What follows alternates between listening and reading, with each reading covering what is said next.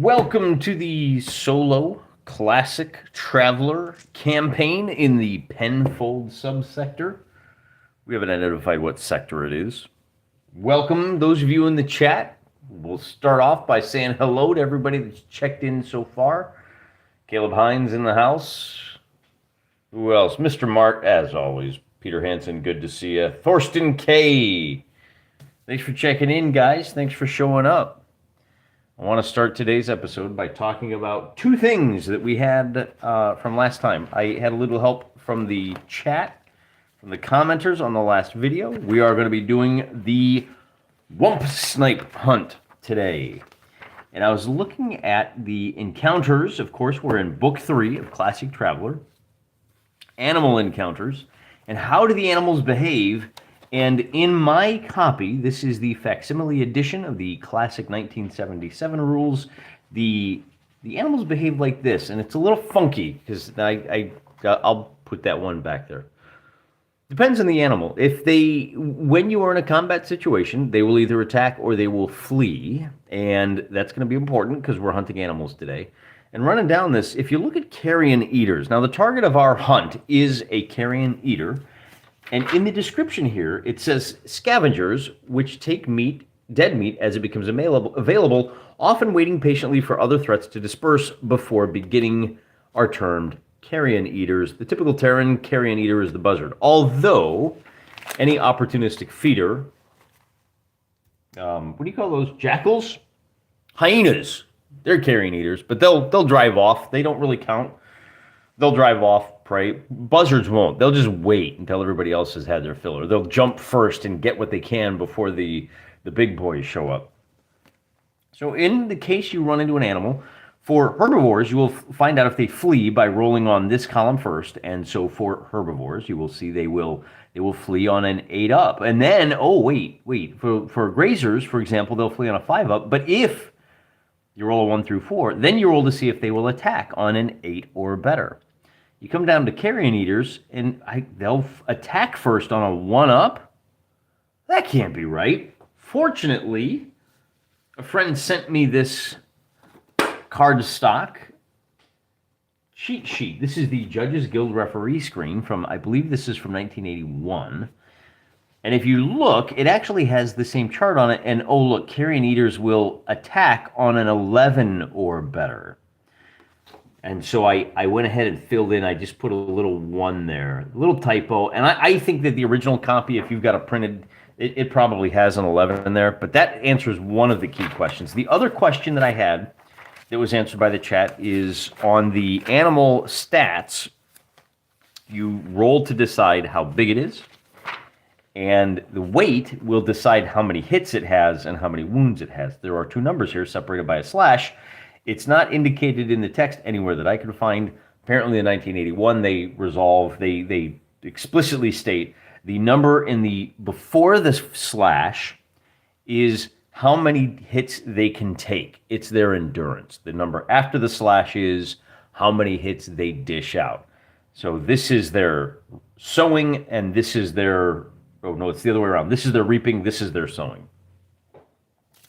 To make today's episode go a little smoother, I went ahead and wrote down the stats for the target of our little expedition into the acid rainforest. The wump snipe, that's just what we're going to call what we're going after today, is a carrion eater. They run in packs of 2 to 12. Now, it's interesting. This makes sense. Somebody obviously wants to get their hands on a wump snipe, and we're going to try to take one alive if we can. We're going to have to drive off his buddies, though. And it makes sense. A carrion eater is not the typical sort of thing that you would go hunting for. One thing I should point out, I meant to mention this last time, I didn't get to it. That we speculated that maybe they hunt these animals because they have an exotic flavor. The problem is, according to the rules of the game, animal encounters constitute the only possibility for food, furs, or other valuable items. Guides may be hired, so we got that covered. Animals which are encountered and killed are usually edible. Throw a 5 up to be edible. -3 if the atmosphere is tainted. Provided the planetary atmosphere is between 2 and 9. Oh, well, we're at an atmosphere of... Blaine's World has an atmosphere of tainted. B. Well, that's going to be a problem. You're not going to want to eat any of this flesh. So that's why I think we got to take this guy alive. Let's see. And then from 5 to 30% of the animal's weight will be edible meat. And then this is if you're in a survival situation and you need to hunt to survive. Now, we don't need to do that because we're going to be carrying around packs. And we're going on a 10-day wump snipe hunt. Today, of course, is, let's flip to our calendar. I should have made that, what do you call that? What is this, landscape? Oops, probably should have done portrait. All right, so today is the 27th. So I'm going to write, this is the snipe hunt. Snipe hunt. So we go off into the jungles, and then, oh, you know what? The Black Raven's going to show up on Blaine's World, and then they jet off. So if we take the full week, there's no chance of us running into them somewhere on Blaine's World. So the snipe hunt begins, and this is for our solo scout.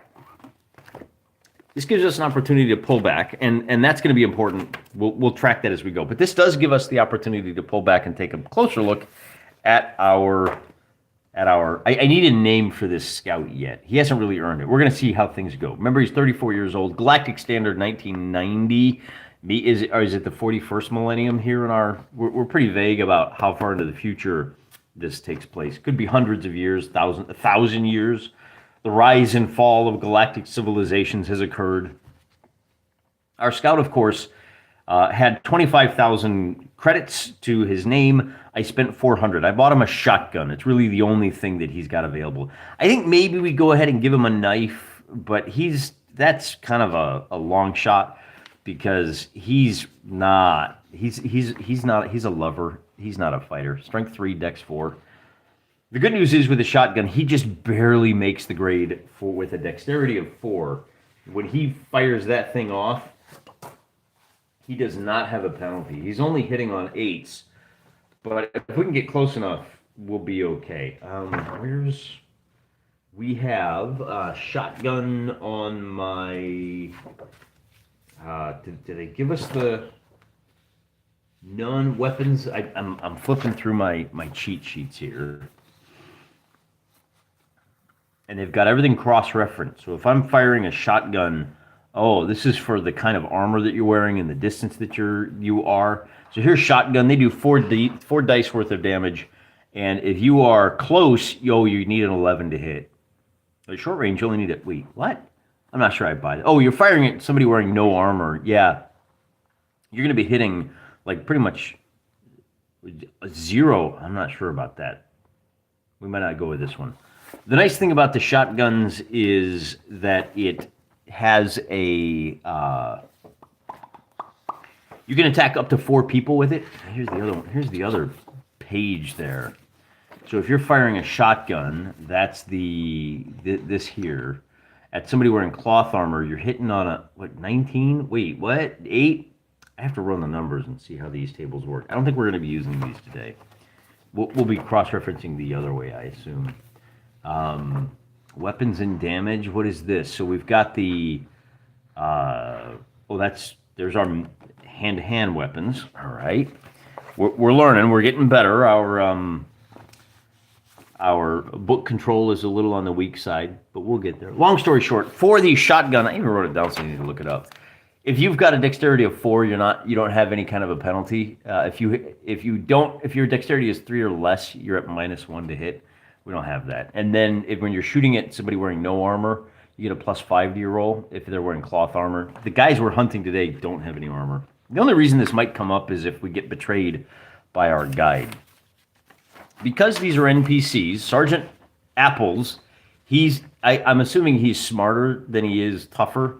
He's got land navigation of 2, so that's going to help us in case we get lost. We might need to make a check because we're in the jungle for getting lost on a daily basis. Maybe we say we get, do we go with the AD&D rules for getting lost? I don't think so. These guys have been, he's a guide. He's been here for a long time. Survival is in case things really go bad and we get trapped out there for several days. We're taking 10 days worth of food. If we encounter a whole lot of rainstorms, we could be in trouble. Now, because his stats aren't great, we gave him a rifle. He's really well equipped to fight at a distance. And then he does also have, that does 3 dice worth of damage. And this is one that you need a dexterity of 6. All right, he's got it. So no bonuses, but at least he's got it. And with a rifle skill of 1, he's hitting on a 7. Not too bad. And then we've got Luke Farrell.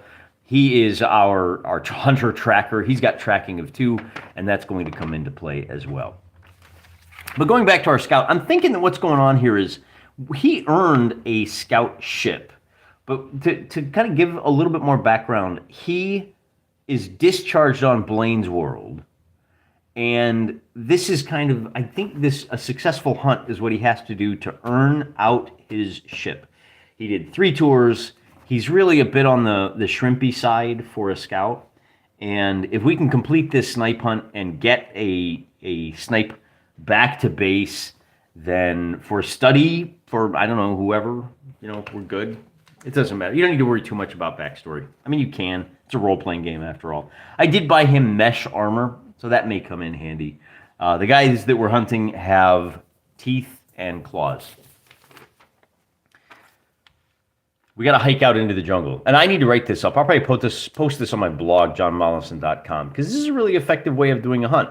First, you got to get outside of town. You got to get outside of civilization to where the wild animals roam. That takes you a full day. You have a 1 in 3 chance of encountering an animal. You have to make a close encounter check on that first day and on the first night. Then, starting on day 2, we'll roll for the hunt. Remember, we got a tracker here. He's got a bonus. On a 6 up, we found the thing. On a 2 through 5, we didn't find it. But we have a 1 in 3 chance of an encounter. This can increase to a 5 up. Now, here's the thing. Carrion eaters are hard to track down, hard to find, right? They're skittish. They're nervous. They're going to hide. They're not coming out if they hear you coming. So how do you handle bait? Well, the answer is you have to catch some first. So if we struggle to find the carrion eater, in fact, because he's carrion, I think maybe hunt, I was thinking about the probabilities here. I think for a normal animal, depending on the animal, you might be successful on, you might have like a -2 because it's so hard to find these guys. But with bait, we can increase. In fact, let's do that. Let's just say, normally to find a carrion eater, because they are so skittish, we'll apply a situational modifier of -2. So that -2 means that normally you would be finding it on an 8, but we're going to be finding it on a 10. But because we have the hunter, we're back down to the 8+. That's still not bad, right? A little less than 50-50. If we don't find that, every day there will be a 1 in 3 chance that we find an encounter. We're going to apply some situational modifiers. If we encounter an animal in daytime, we'll just by the book. If we encounter an animal at night, though, things get a little interesting. We have to establish this stuff before you start rolling dice. First of all, whoever's on watch, we're going to have 3 watches. It'll be equal chance that for each of the guys. Only the man on watch has mesh armor. The other 2 guys, you can't sleep in this stuff. So if we have to do a night fight, then our guys are all going to be at -2. We'll assume any animal that approaches the camp at night is nocturnal. And if that's the case, then that will change our animal list. And basically, once we establish which of these are nocturnal, when you're in the daytime, if you have an animal encounter and you roll a nocturnal creature, you encounter nothing. So our jungle is going to be filled with wildlife. One other thing I should probably point out, these are the 11 creatures. Well, there's 10 of them on the list. These are the 10 that you are most likely to encounter. They're the most common. These are not, there's more than 10 animals on this planet. These are the interesting ones. These are the ones worth writing about. These are the ones that will pose some sort of challenge to you in one way or another. There's lots of birds in the rainforest, triple canopy. They're up in the second, third canopy way above, so we're not even going to see any of those. There's no birds. There's no flighted creatures, no giant alien gas bags. But enough about my mother-in-law. So,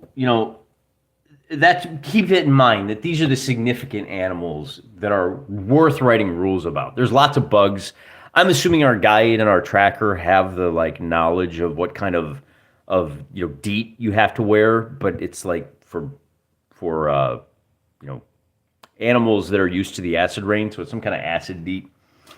Hopefully it doesn't give you cancer, but you never know with that stuff. All right, so the deal is if we have bait, then we can get a +2, an additional +2. However, because we're using bait, when it comes to our distance check. So anytime you have a combat fight, you have to roll to see how far away you are when at the start of the fight. And that chart looks, well, I don't see the chart on here, but here's our ranges. And when we roll on the distance chart to kick off, here we go.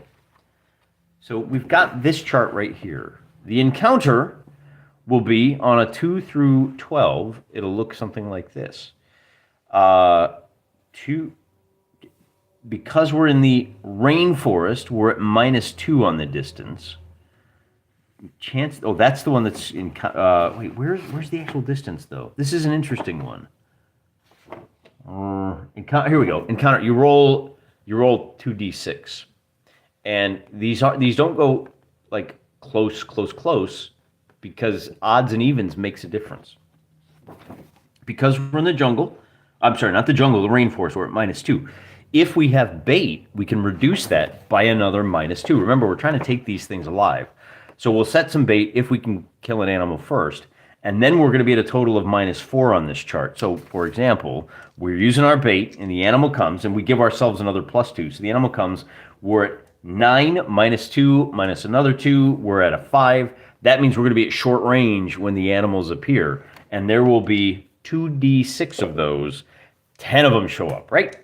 And maybe with the bait, we give ourselves a +1 on that, because they're more likely to come out and feed. And we're smart, so we wait. Like I said, we have 10 days worth of supplies. We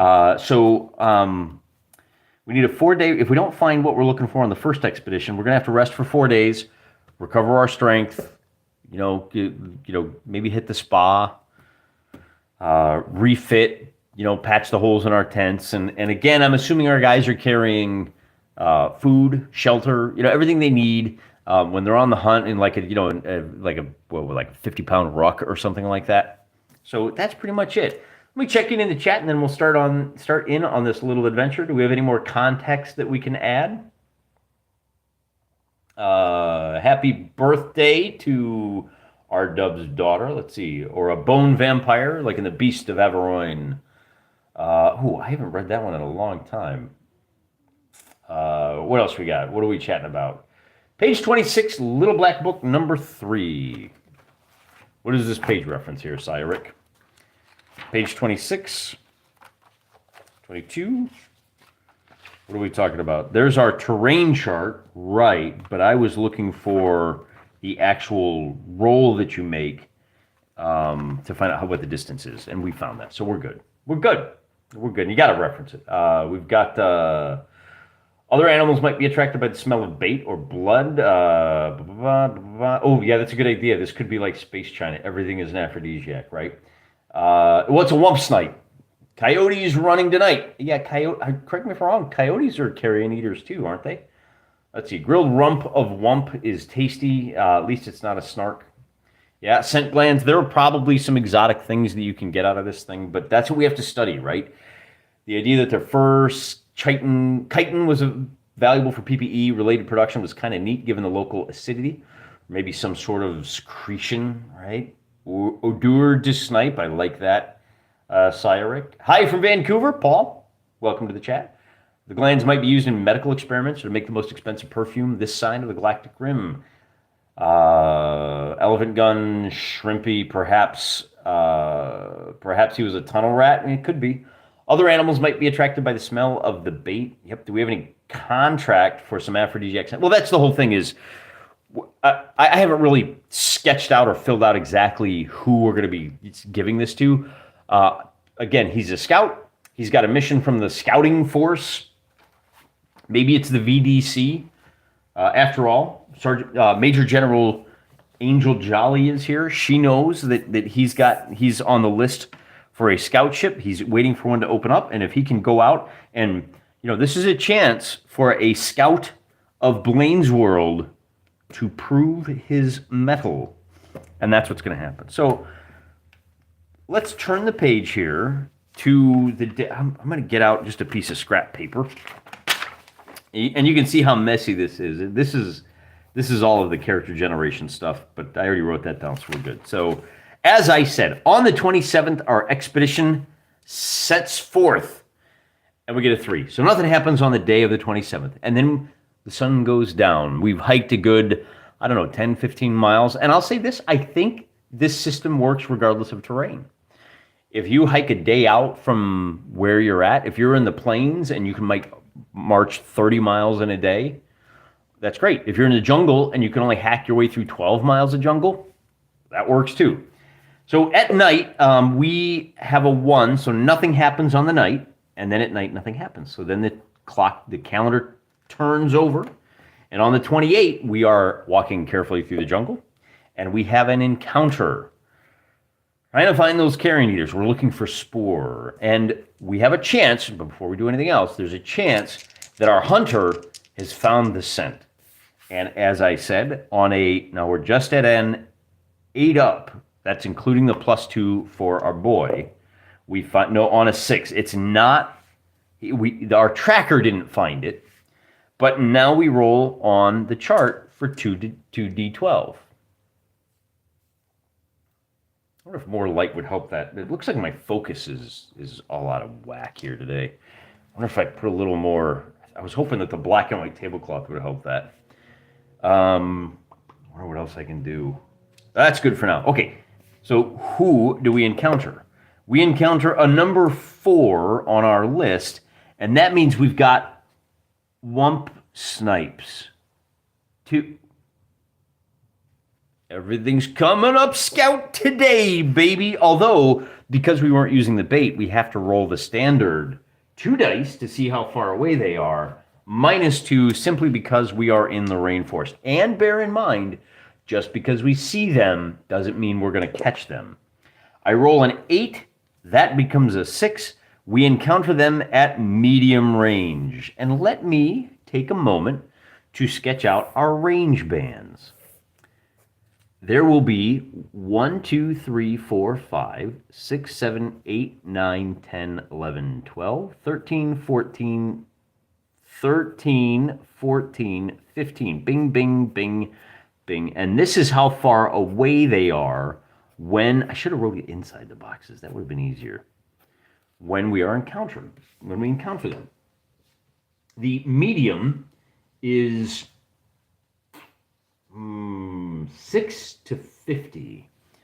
So let me double check what those 15 range bands look like. From the combat section, here it is. So it goes close, short, medium, medium, medium. Oh, I'm liking this. Long, long, long, long, and then, wait, medium, medium, medium. There's 3 mediums, 4 longs, and then V, V, V, V, V. Wait. 1 close, 1 short.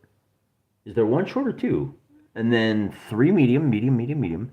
6, 7, 8, 9, 10, 11, 12, 13, 14. And is 15 the escape? Characters at 12 to 14. A character which moves 15s has escape. Right, so this is escape. All right. We start at medium. Well, which medium? 1, 2, 3, 4, 5, 6. Am I missing anything on there? All I have is the medium range band. Because ordinary line paper serves the purpose. Characters may move, escape, and avoidance. For reference purposes, the medium is from 6 to 50 meters.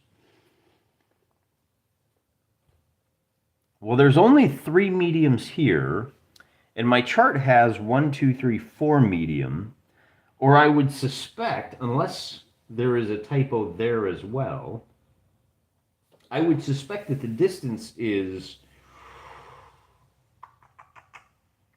if we roll this medium, then it's the first one. Second, third, but because I don't know, we rolled a 6. We're at the second range band. I would have assumed we're right here. Instead of just making that assumption, I'm going to check the chat and see what you guys think. Spambergrease. Is it subterranean or arboreal? We're walking under the triple canopy. Womp snipes are pests. Everyone knows this. The price goes up if it's endangered. Oh, that's a good point, Dartmart. Our price is 1 scout ship, please. So I'm just going to roll a d6. And it's going to be 1, at short, medium, and a 6 at long, medium. Anything else, we're going to be at range band 4. Hey, we're at long, medium. That's great. So the snipes start this far away, and then we have to roll for initiative. Our heroes will be the black die.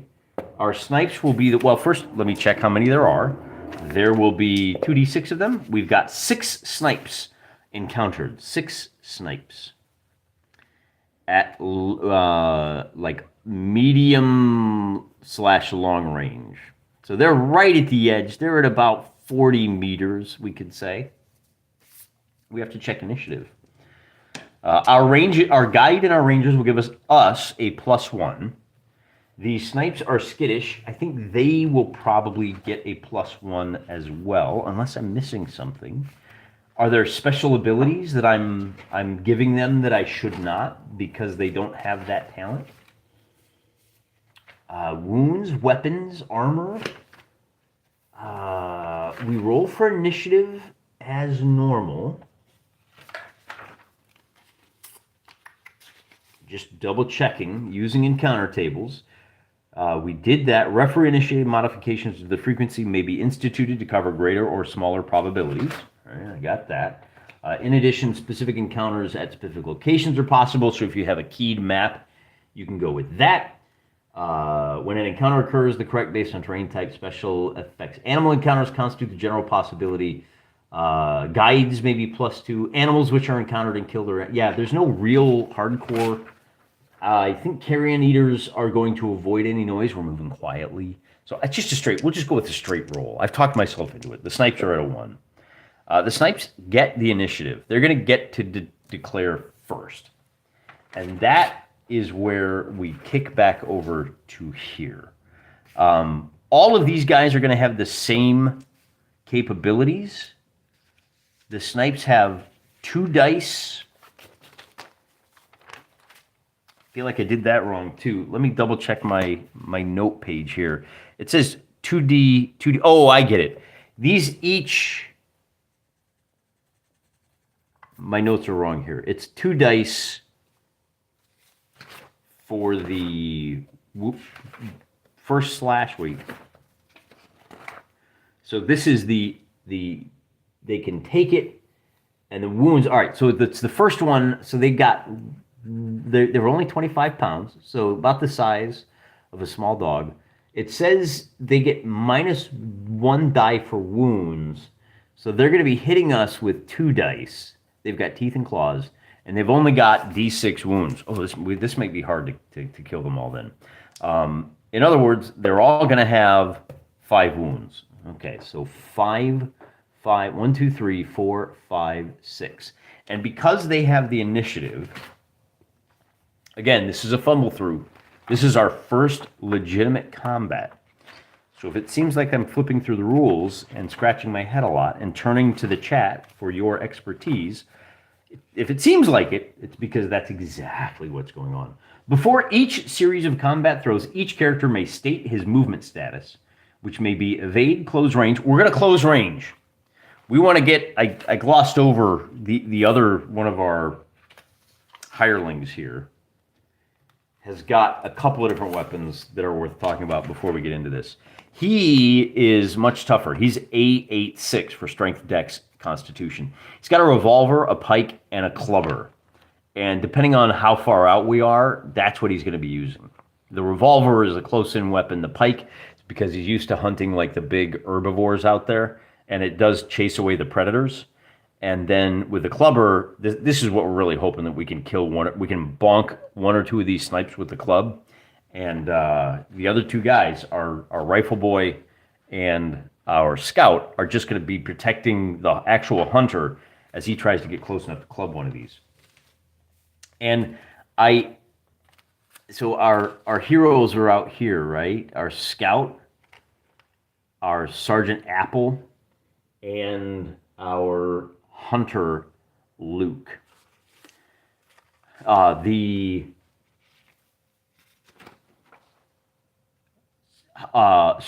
Sergeant Apple is going to stay at range and try to fire his rifle. Luke and the scout are going to try to rush in, our scout in particular, because he wants to close to short range so he can blast these guys. Where are we at? So we move first. Combat resolution. Combat is resolved in a series of attacks represented by dice throws, but we have to figure out what the animals are doing. And that's where this comes in. They're going to try to, well, first we roll to attack. They will attack on an 11 or higher. Oh, it's a 9, so they will not. Now, on an 8 or better, they're going to flee. So on 11, they are going to run away. And I assume that they're going to run away at high speed through the brush. During each combat round, well, we're not up to combat resolution, we're on movement. And they're going to evade. A combatant at any range may state he's evading. He cannot make an attack. DMs are allowed are, he's at medium range, so it's going to be -2 to hit. Because it involves movement, I think that means they're going to try to get into this range band. And let's see, close range. So that's evade. Oh no, they're not moving at all. They are going to open range. They may move away from the enemy by opening range, the same that he would close range. The movement table indicates a lot of size, stating the number of rounds, which he must state he is closing before he achieves the next. If both parties or members are closing range, the next is achieved when the sum of the rounds spent doing so corresponds to the total of the table. Characters may run at double speed. This is considered an expenditure of enemy and is counted as a combat blow, reducing endurance points and prohibiting the character from attacking in the round. Ah, got it. Okay, so if they're sprinting, they're trying to move to here, to long range, but that's going to cost them each 1 point of endurance. So they're going to drop to 4 after movement. We are going to... Ooh, do we open fire? Do we run as well? How do we recover endurance? I'll have to check that. If our scout chases after, that's going to cost him a point of endurance as well. Because the ranges can vary greatly, I got to look that up. Endurance, the number of blows and swings and their impact, but that's melee. Group hits by shotguns, yeah, we talked about that. Antique equivalents, okay, that's fine. But what about healing? I feel like I know there's a rule in here for it. There is a thing about endurance. Weakened blows, expertise, weight. Characters allow a specific number of swings.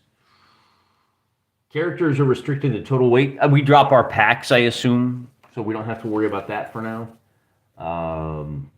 A party of adventurers which sustains casualties when you receive. So the first guy that drops out is going to be a morale check for us. But I still don't see what the rule is for healing. Is that in the further adventures or is it in combat? Effects of characteristics, weight, morale, antique equivalents. It's not there. It's probably not going to be in book 2. For those of you following along at home, you want to save me some flipping about and tell me what it takes to heal up a character? Is that in the character creation section? Is that why I can't find it?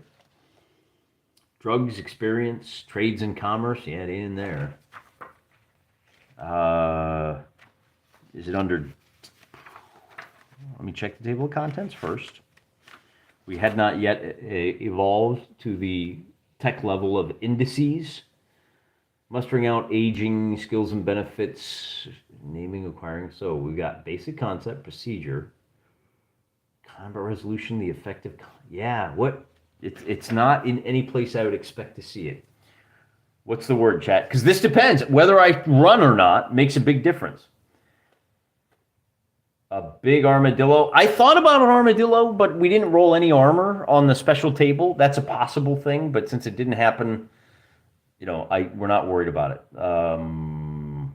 Size and color on the fly. Are you wearing waders? What is the phase of the moon? Yeah, we're not going to get that.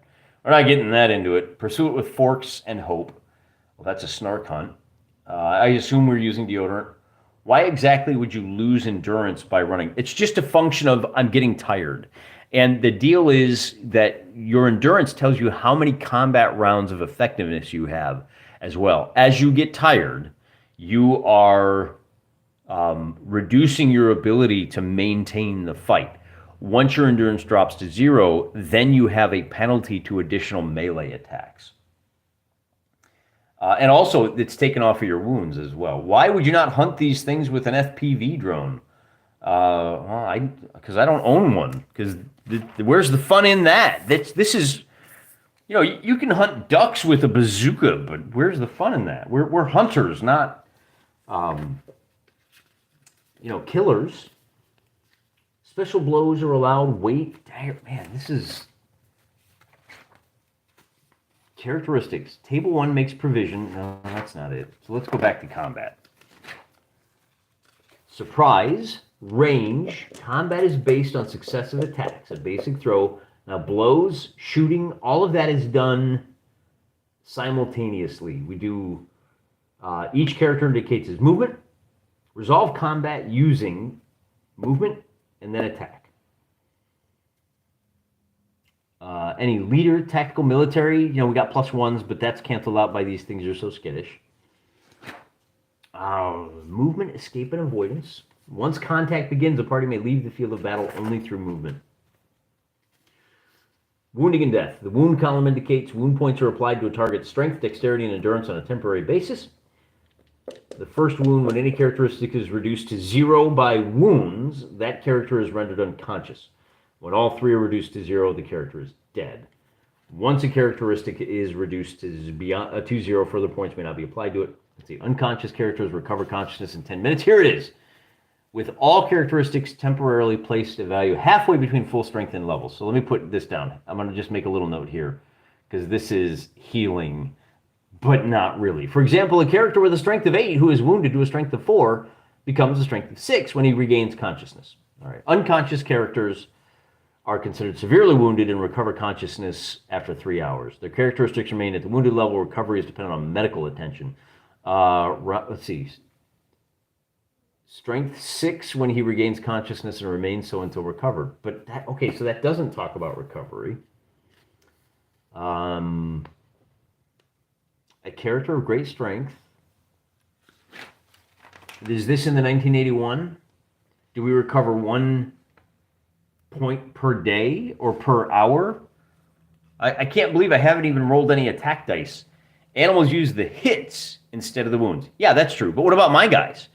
Do I want to sprint after these and then get so winded that the next time a predator comes by, I get pounced?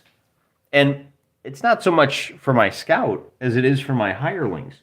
My scout's got an endurance of D. He's a hoss, man. He's a distance runner, right? He does marathons for fun when no one is chasing him. Luke, on the other hand, he's got an endurance of 6. If he has to spend 6 rounds chasing these guys, it's not going to go well. We will take a shot at them with our rifle, and that's going to be, all right, so now we got to go to the tables.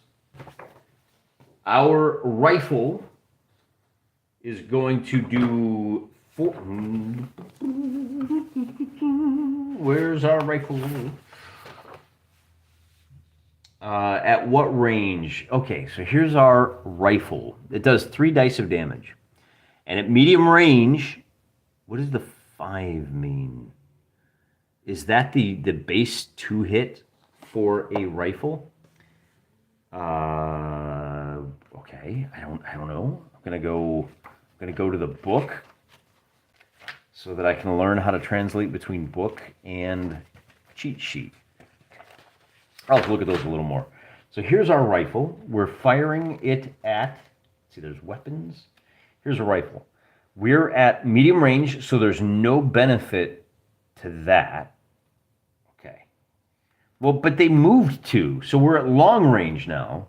The rifle is the only one that's going to bring one of these guys down, I think. He's at a -1, but he's at +1 for the shooting, so he's going to be hitting on an 8 or better. Kapow. He gets a 9. He tagged one for 3 dice worth of damage, and he's going to bring the first of them down. Way to go, Sergeant Apples. Nice shooting, Tex. Our Luke Farrell, now if he sprints, he can't fire. So our snipes have moved to number 7. Movement goes first. Now Luke can keep up with them, but he can't shoot at them. So he can take a shot with his revolver at a total of -5. Oh, that's no good. And then again, my shotgun is not going to be much use either. A shotgun at long range is at -6. I'm only hitting on like a 10. All right, well, we got one. That might be what we need to make this hunt go. So here's a question. These are about 25 kilograms, and the rest they're just going to get away. We don't have any way to hurt these guys. On the next round, there's no more. I don't think we roll. Do we roll for initiative to see who goes first? The snipes go again, so they move out to this range, and we can take another shot at long range. And again, the rifle is going to be shooting at -1, so we need a 9. And pow! Sergeant Apples is quite the sniper. That does 3 dice of damage to a creature with 4 hit points. Blam! So we got 2. Now what that means is, now that's important, and I rolled that for a reason. We are going to have 2 bait that we can use, and the rest disappear into the underbrush. They get down into, on the next turn, they're going to get to very long distance, and they're going to disappear. There may be like a maximum distance for how far you can see, right? Medic 3 is really what you need to help recover fast. What are we talking about? Looking through my facsimile edition for references to medical stuff, usually it's just time and access. There are first aid rules in the 81 priming. Tonight has been a crazy night at work. Hey, sorry about that, Jeremy.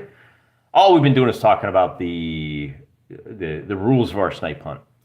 Coming to realize I never ran Traveler with that combat rounds / endurance rule. That's a big rule, guys. Because if you've got an endurance of 5, here's the first thing I don't understand is my endurance is 5. I swing at you, my endurance is 4. I swing at you in the second round. Then I take 4 points of damage. Does that mean that my endurance has fallen to 0 now? Or do I have to take 4 points of damage off the 5? Like, that's a big difference. I'm going to have to sit down and do a little more studying. I'm going to have to pray on this. I'm going to have to just get a nice cigar and settle into a hot tub somewhere and just kind of try to really wrap my arms around this. The big thing is, I'll quote that to you, chapter and verse. Endurance, the number of blows which may be made. Now this tells me that it's melee attacks, right? Is dependent on endurance. All blows and swings may be classed into surprise, combat, weakened, and special. Weakened blows are made after the combat blow allowance has been moved up. Let's see. Oh, he may make this number. Once this has been used up, the character may make no more combat blows until he's rested for 30 minutes. Okay, so I think the running is a kind of combat blow. Surprise, combat, weakened, and special. They're completely unrestricted as long as you retain the element of surprise. Okay, that's for surprise blows. A character may make a number of blows which does not exceed his endurance characteristic. So if you've got 9 endurance, you can make 9 combat blows. After that, you can keep swinging, but it's subject to a negative DM indicated in the weapons table. In this case, our club, for example, that's what this range matrix. No, that's not it. Here we go. We're all familiar with the dexterity required for a cudgel. If you have a strength of 5, and so let's say you have a strength of 8, you got a +2. But if you're exhausted, you're at an additional -1. So you get an endurance of 9, you can take 9 swings. But for 10, 11, 12, 13 for the rest of the fight, you're hitting on -1s. And that's an interesting mechanic because a cudgel, our club is effectively a cudgel. But if you've got something heavy like a cutlass, the cutlass has a -4. This thing is dangerous until you get exhausted, and then it's really hard to keep swinging. Whereas a regular sword is just a -3. And that kind of helps, or a foil, right? An antenna, a radio antenna, you're just moving your arms. You can whip that around. You don't suffer the same negatives. But taking a look here at the damage, the upshot is if you're using a foil, you do 2d4. With a cutlass, you're doing an extra 4 points of damage to that 2d. And 4 points of damage is big, right? That's not just an extra die. That's an extra guaranteed average result on the die. So that's huge, and that does add a little something to it. It means that you might have a guy, a fighter, who's crazy strong, but he's got no conditioning. I got a strength of A, but I've got an endurance of 3. Not only am I going down after I've got a glass jaw, but I'm only going to be able to get 3 solid blows. I better connect with one of those and knock your ass out, or else I'm in trouble. That fight's going to take a long time because I'm going to be throwing wild haymakers. It's going to be like, the amateur hour Golden Gloves fights. Not Golden Gloves. The what I'm talking about? The Iron Man fight, strongman fights. I can't remember what those are called. Anyway, that's going to be the end of the fight. Now, the fact that I shot 2 of these fairly small animals means I've got 2 bait to use tomorrow and the next day. And that brings us to the night of the 28th, where we have a 1 in 3 chance. Oh, we do not have anything the night of the 8th. So on the 29th, we set out our bait. And, okay, so now, do we still have the 1 in 3 chance of encountering an animal? Is that the deal? Or do we roll for the regular chance, and then if it's a +2, the animal that we encounter, I think it's, we go, he's looking for spoor, he's looking for their dens, he's looking for some sign that there are wump snipes around here. So we'll roll, and if we don't find one, then we'll have the random encounter. That's where we're at. And I got to check my note. This is part of why I wrote it down. So normally it's a 10, but we're at a total of +4 on a 6 or better, a 10. Our boss man, Sergeant Apple, is putting in the effort. Got to roll for distance, and this is going to be at a -2. Oh, look at that beautiful die roll. That is a 4. -2 on the range. We get a result of a 2, and that means our combat distance is close range. We built a little duck blind, a wump snipe blind, and we are going to be right on top of 2d6 of these things. There's going to be 11 snipes. Oh man, it's the leap year too. Look at that. They each have 3 hit points worth of damage. So 11 at 3 wounds. I'm sorry, I said hit points. I really meant wounds. And we will check for surprise. I think because we baited them, we're going to be able to get a +1 on the initiative check. Our die is black. And they start eating, and they look up as I don't know, I guess maybe Luke sneezes at the wrong moment. Like Apple is over there going, wait for it. And then Luke sneezes, and the animals jerk up, and they say, we're giggity gone. So they're going to blast off, and they're going to sprint from close range to medium this time. And I guess I should reset that. There are 11 of them, and they go in a lot of different directions. But, that means that Clubber Lang isn't going to get to do his thing. I'm not too worried about that, because we do have the possibility of, first, our hero is going to unload with his buckshot. They're all going to be, they can only sprint for 3 rounds is the other thing I would say, and then they're weakened. I think this sprinting is like an attack. So their first one, they're going to be weakened, but we still need to do 3 wounds to bring these things down. The other thing we could do is we could hunt one. Like, the scout's got the endurance. He could sprint after one of these, and he could run it down, because it's going to be exhausted long before he is. But then it's going to turn on him and fight him, and we don't want to fight because we're terrible at that. So we unload. The good news is we get to hit 4 of these things. Shotguns have this wonderful special ability that says, group hits. Each shot may attack 4 targets simultaneously. In all shotgun fire against flying targets, you're at +2. Provided they're in a group, pack, or herd, and are acting together, and are man-sized or smaller. That's us. Now, here's the question. Does that mean I get to make 4 attack rolls, or do I make 1 attack roll, and I can hit 4 of these things? Initiative usually rolled once at the start of the combat. The 77th edition is different. Playing with just these books is typically called Proto-Traveler. We're playing The Primordial Ooze version of Traveler. I don't understand these initiative rolls. I thought there was no initiative. Yeah, it's so Cyric has already answered that question. But I could be wrong. Are you sure that initiative is rolled every time? You make a surprise roll, and then, yeah, that's it. I should not roll for initiative for every round. It's going to go back and forth each time. Yeah. But we do have each character indicates his movement. Can we move up one without having any negative effects? Close range.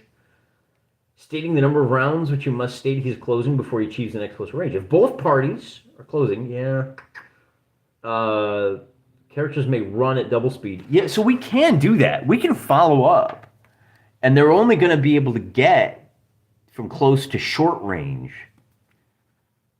And that's going to make a difference as well, particularly for my shotgun, which is going to be hitting at +1. Actually, for the shotgun, I might want to hold still because I'm at +3 to hit. And remember, the scout does not have any ability to fire the shotgun. I'm going to roll 4 times. The black and the white dice obviously are going to be individual shots, and because I'm at +1, I'm only hitting on a 7. So I get 1 hit, and I get 3 hits all together, and at 3 wounds, I do a minimum of 3 points of damage. So we're down to 8. And then Clubber's not going to be able to do any good, but he can fire his revolver. And that might help.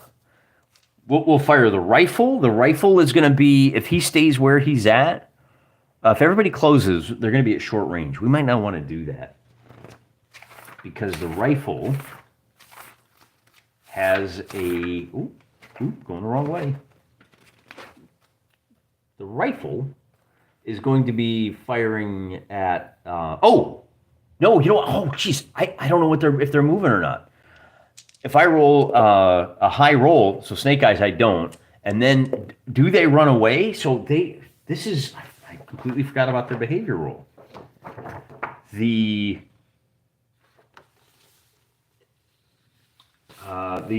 Carrions, I know they stick around on 11 or better, but for the other flip side of that is, here we go.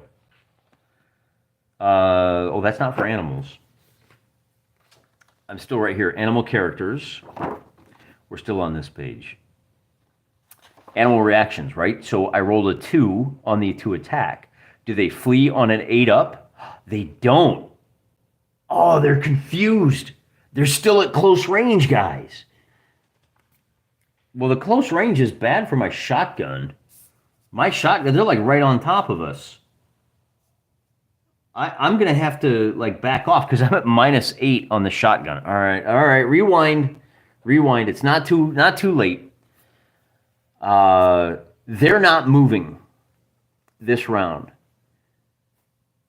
And I'm going to have to step away. They're a little too close. So if I step to short range and unload, then I take out the 3. So it's 8 at 3 wounds now. But this means Clubber gets a chance to take a poke with his club.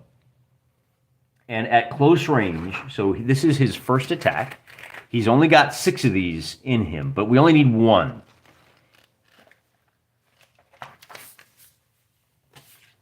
Here we go. Luke, fighting with his club, he's got a strength of 8. Oh, he's at +2 because he's got a strength of A. So he's going to wind up, and normally he hits on an 8, but because of the strength, he's hitting on a 6.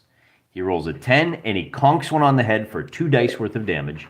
7 points of damage is going to reduce it to 0 hit points. He knocks it out. So we got 1 successful hunt. And then Sergeant Apples, remember, he's got the rifle. He's just going to watch us as we do this. So we conked 1. And I think that's what we need to do. We just said we would capture 1. If they want a breeding pair, they're going to have to hire us to go back out. Alternatively, we can move on to the next round where the animals, again, do they attack on a high enough roll? A 7, they do not. Do they run away on an 8 or better? On a 7, they don't. They're very confused. They don't know what's going on. We're going to try to conk another one, and with boxcars, we're going to do so. We roll 7 damage, so we've conked 2, so we have the breeding pair. And then my shotgun has a second round, and he's going to be able to... And again, I'm still at short, so I'm going to kill 2 more, and then I'm going to get a 7 and a 6. The 6 is a miss. 7 is a hit, because we're at short range. I'm at +1. I'm successful on 1. So 3 more means we killed 3, 6. So we've killed 6. And we've captured 2. There's only 3 left. What are they going to do? They're going to... On a 9, they're not going to attack.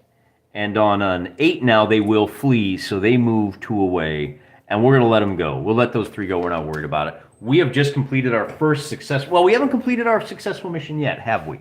It's the 29th. We spend the rest of the day like hog tying these things, getting them ready. We probably brought some collapsible cages.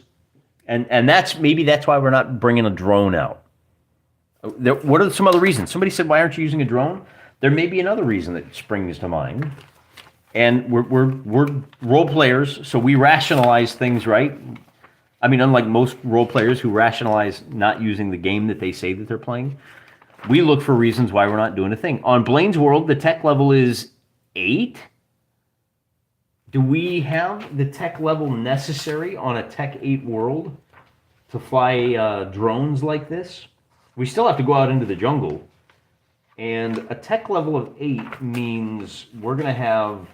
it's functionally equivalent to... Yeah, I suppose we could. Air rafts, fusion drives. Oh, yeah, we could use drones. That might have been the safe way to do it. But we still run the risk of being attacked by an animal. The night of... So it's a leap year. The 29th is a lucky day. I'm telling you what, fellas. The night of the 29th, we celebrate. You know, maybe we get a little lit and nothing comes after us. We have to hike back on the 1st. And does anything interrupt us on our hike? On a 4, nothing does. And I think I think that's all we need to make. Like if we had spent a full week out in the jungle, it'd take us 2 days to get back. No more encounters? How about that? Man, this guy, maybe, what are some of his other abilities? We may need to upgrade our guide here. I think we might need to take Sergeant Apples with us. I like this guy. He was highly effective. And I like that we've got a melee guy. You don't want to use the K word for things you delete. Deleting is an obliterating. They didn't have a chance. Well, we knocked them out. We conked them. Oh, shoots. Is that right? Evening, gents. Tiny brains. Just get 2. Double pay. Yeah, absolutely deleting. Yeah, I forgot about that. You don't want... There are certain words you don't want to use on this channel. They're very sensitive. Like, they have... You remember the old comedy bit? Those 7 little words that that long-haired hippie used to make? Teehee, isn't it funny that we can annoy the normies? Yeah, we have a new 7 words. One of them is the gamer word on YouTube. One of them is the for a bundle of sticks. We don't want to talk about deleting things because it affects the algorithm. They don't like that. But it's a role-playing game. We kill things all the time. Sorry, YouTube. I don't know what to tell you. And also, I don't care about the algorithm. I got my bros. It's not the numbers here. It's the quality of commenters. We make it back, and long story short, they're glad we can turn this over to the scientists over at what's the name of the station here in Blaine's World? What's the headquarters like? I gotta name it. I'm gonna name it after one of you guys here. The chief city that we've gone to is what's a good name for a city? Marriott City. All right. Main exports. VDC maintains Major General Command. 2 main cultures. So the Big Cliff City is called Marriott. Yeah, there you go. We're going to drop a T just to hide it. So Marriott is the Big Cliff City that we've returned to, and we get our reward, which is a ship. Kicking back over. Hey guys, we make a good team. You've got land navigation survival rifle, Luke Farrell. We only gave him tracking and pike. Does he have any fun skills that might come in handy on a scout ship? Maybe we drag these two along with us. You know, our scout has pilot and mechanical and medic. So we've got those covered.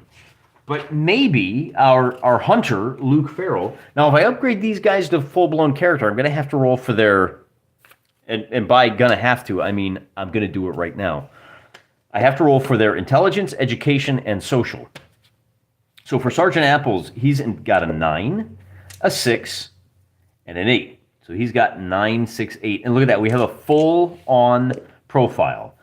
6, 5, and 4. 6, 5, and 4. So Luke Farrell, and I hit it, right? I don't want to dox anybody, so it's Feral. Yeah, not the most sociable guy, but either one of these guys, let's give them an opportunity to help us out a little bit here. I'm going to give them a development table. I'm going to assume that their hunting has given them an ability as far as other goes. I'm going to roll, I don't know what to do. I want to give them each one more skill. And I think maybe we roll here on the advanced education table. Anybody can roll on these. I'd really like one of them to be a gunner. Streetwise, mechanical, electronic. We could use a navigator too. But I don't want to make it too obvious that I'm like stacking the deck in my favor. The other thing I can do is to find out a little bit more about their background. I can roll a d6 across to find out which one of these services they spent like a term in that we're about to give them the upgrade for. So the black one is going to be for, I'm going to give them each one more upgrade. The black will be for Sergeant, Sergeant Apples was clearly in the Army, right? He was an Army sergeant. So I can give him, I'm going to give him one roll on the Army chart. And I think that's good. Yeah. Oh, also he's got Rifle 1.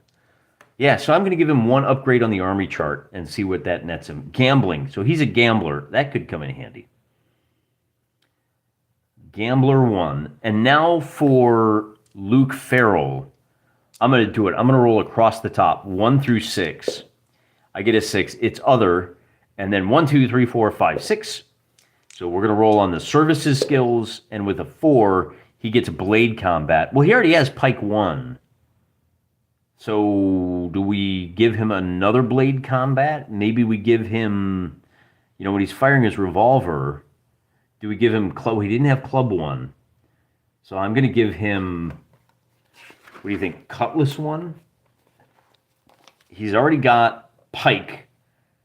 Let's give him, cutlass is that 1 though. He's only got 6 endurance. So we don't want too big a punishment. Let's just give him sword. So he's got sword 1 as well. And they're going to come with me on my little scouting expeditions. We now have a 3-man crew.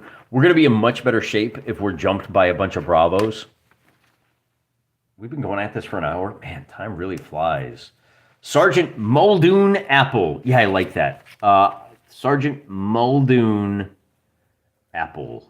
Apples, of course, is one of the commenters. We like to name things after our commenters here. And because we got a lot of regulars, some things might be named twice with the same name. I'll allow it. And if we have to go out into the jungles again ever, we now have, I didn't point this out, but look, whenever you roll a 4 on this table, it's wump snipes. It's a specific kind of scavenger. It's that carrion eater. Boy, I should probably write that down too. Carrion eater. Those teeth and claws didn't do him any good, did they? And you can fill these tables out as you do that. If we had rolled an 11 and we had a trapper, we would have had to go back to the animal creation tables, and we'd have to come up with a name for the trapper. But I think we call it quits right there. The last thing that I need to record here, and of course we'll type this all up on the blog, is how long did that take? We got back on the 1st, and we do need to spend 4 days resting. So what does this say? Chad finds what he's looking for over on Corvinus. So what, our scout? Give me a name for the scout, chat. Our scout is going to return in triumph with 2 of what he needed, and the local polity says, good, here's a scout ship. Go out and explore the rest of the subsector, see what you can find, get up to hijinks, and I think we're good. 1, 2, 3, 4. So scout will be available on the 5th of March. So next week, in other words. Chad's ship lands. Yeah, so we are going to have to hold off on this. Or we're going to be pushing the calendar really far forward. That was a pretty quick hunt, though, man. I'm impressed. We got the rolls tonight, baby. If we'd had those rolls 2 sessions ago, maybe the Black Raven wouldn't have made the jump into the great big nothing, and they wouldn't be freezing on ice here in a couple of weeks. Jeremy Watterson. Who's Jeremy Watterson? Geronimo Powell. Nick O'Teen. That's pretty good. Do we name him after... Oh, who is... Should we name him... Kontiki, like Khan, Khan. That'd be a good one, right? We can get a little bit of that Polynesian flavor going. Powell, who is Powell? Pike +2, obviously. Except we already. Oh, he didn't. You really want to be swinging a pike in closed decks? Maybe you do. You guys, all right. I'm going to defer to you guys. Forget the sword. He was pike +2. We didn't actually use, and I feel good about that because we didn't actually attack with the pike. If he had swung the pike and we only gave him the +1, I'd feel a little bit worse about upgrading it. I wrote down pike +1 on the sheet. He's really pike +2. I just didn't know that until, we revealed that. Jeremy is the name from the scout from TF2. I like that. That's a good call. Our scout is going to be Jeremy. And then I kind of like Powell. Powell was a good scout, right? Baden Powell created the scout movement in the UK. That's right. Jeremy Powell. I love it. Jeremy B. In fact, we don't know what the B stands for. But there you go. Jeremy B. Powell is our scout. Oh, boink! Although I feel like we should give him club. Yeah, we can do that too. Remember when I said he has a knife? He doesn't. He's got... Are you kidding me? He's got a shotgun and a club. He's got a scattergun and a club. He's got crazy endurance, but he's not very strong. We literally came up with a scout who is the scout. You guys are amazing. I would not have made that connection, but now that it's there, it's like, oh, the clouds parting, right? This is fantastic. I'm done, man. My voice is starting to give out. It's late. It's been a lot of fun. I don't know what we're going to do next time. I don't even know when we're going to do it, but we're just having too much fun not to keep on trucking. Maybe we do. So I'll ask you this. You think it's worthwhile to give ourselves time to... Osiris says, the time it takes to become proficient with a club makes you wonder what he was doing in the service. He must have been an MP, right? In the scout service, though. Yeah. Anyway, it's going to take us time for the calendar to catch up. So maybe we have a couple of episodes where we just roll for systems. Maybe we flesh out Intania, and maybe we figure out where Ackerley is around here. Because we've got a scout, I think maybe... I don't know whether to start down here or up here. I like the idea of just doing Corvinus as kind of an underwater cyberpunk setting where we explore and flesh out Corvinus. We've got 10 corporations with installations scattered around the ocean floor. I think we could have a lot of fun down there before we make that double jump down here. And maybe our scout, we figure out at least where they're located and what the starports are, and before we fully flesh out those. That may be what we do in the next episode, but I'm spitballing. I'm vamping. We're good. Till next time. I'm praying for you.